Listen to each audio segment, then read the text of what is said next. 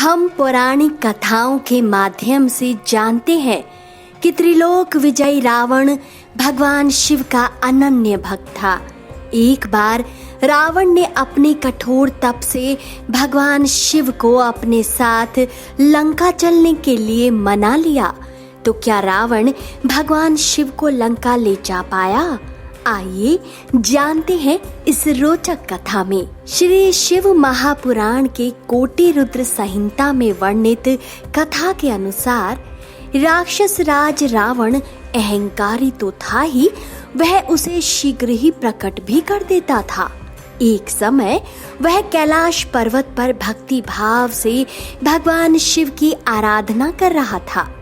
जब उसकी आराधना के बाद भी शिव प्रसन्न नहीं हुए तो उसने दूसरी विधि से तप साधना की। उसने सिद्धि स्थल हिमालय पर्वत से दक्षिण की ओर घने वृक्षों से भरे जंगल में पृथ्वी को खोदकर एक गड्ढा तैयार किया। रावण ने उस गड्ढे में अग्नि की स्थापना करके हवन प्रारंभ कर दिया और वहीं अपने पास ही एक शिवलिंग स्थापित किया। तप के लिए उसने कठोर संयम नियम धारण किया। वह भीषण गर्मियों में 5 अग्नियों के बीच बैठकर उनका सेवन करता, वर्षा काल में खुले मैदान में सोता और सर्दियों में गले के बराबर जल में खड़ा होकर साधना करता। ऐसा कहा जाता है कि दुष्ट आत्माओं द्वारा भगवान को रिझाना बड़ा कठिन होता है। कठिन तपस्या से जब रावण को सिद्धि नहीं प्राप्त हुई, तब रावण अपना एक एक सिर काट कर शिव जी की पूजा करने लगा। वह शास्त्र विधि से शिव की पूजा करता और उसके बाद अपना शीश काट कर भगवान को समर्पित कर देता।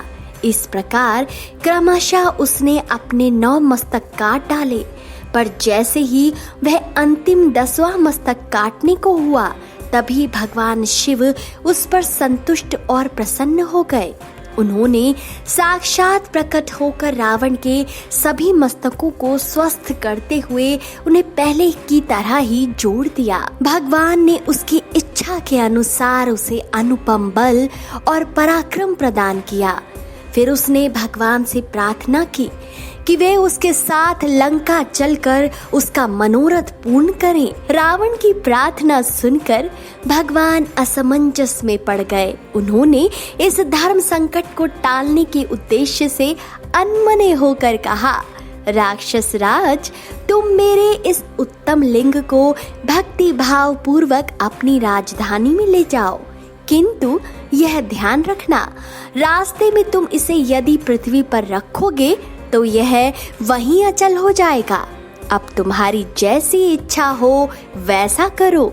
यह सुनकर रावण प्रसन्न भाव से उस शिवलिंग को अपने साथ लेकर लंका की ओर चल दिया। शिव की माया शक्ति से रावण को रास्ते में ही मूत्रोत्सर्ग की प्रबल इच्छा हुई। उसने शिवलिंग को एक ग्वाल के हाथ में पकड़ा दिया और स्वयं निर्वित्त होने के लिए बैठ गया। इतनी ही देर में शिव की माया से शिवलिंग और भारी होता गया।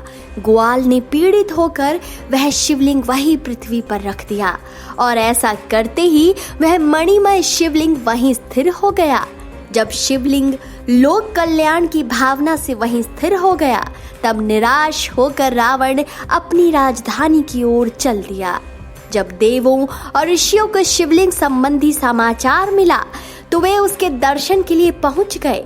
भगवान शिव में अटूट भक्ति होने के कारण उन लोगों ने अतिशय प्रसन्नता के साथ शास्त्र विधि से उस लिंग की पूजा की। इस प्रकार रावण की तपस्या के फलस्वरूप श्री वैद्यनाथेश्वर ज्योतिर्लिंग का प्रादुर्भाव हुआ, जिसे देवताओं ने स्वयं प्रतिष्ठित कर पूजन किया। तो दोस्तों, आपको ये कथा कैसी लगी?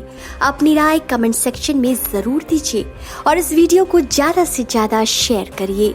हर हर महादेव।